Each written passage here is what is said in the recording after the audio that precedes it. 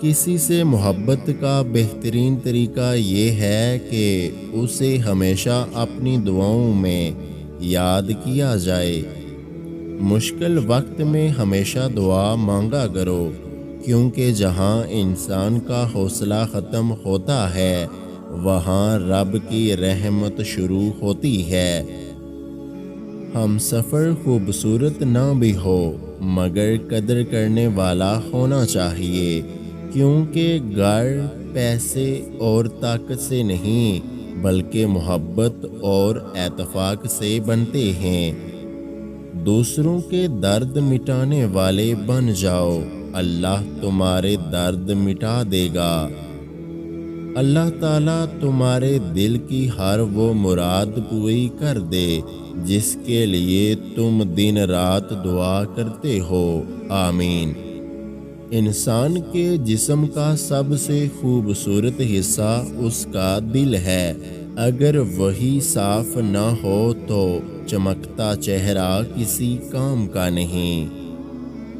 جب درد بڑھنے لگے اور کچھ بھی سمجھ نہ آئے تو رب کی طرف چلے جاؤ، کیونکہ دل کا سکون بس اسی کی یاد میں ہے۔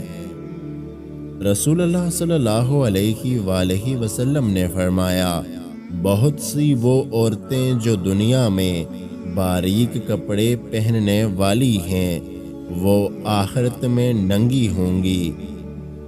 اور یہ احساس بھی بہت سکون دیتا ہے کہ کوئی جانے یا نہ جانے لیکن اللہ سب کچھ جانتا ہے۔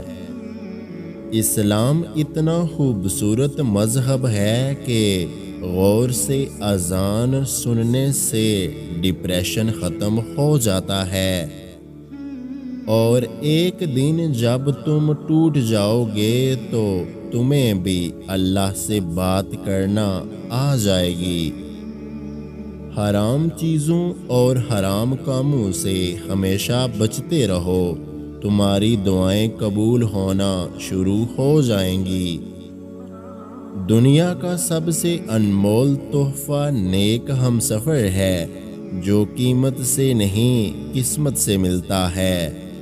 اگر آج کی ہماری یہ ویڈیو آپ کو اچھی لگی ہے تو ہمارے یوٹیوب چینل کو سبسکرائب کرنا مت بھولیے گا۔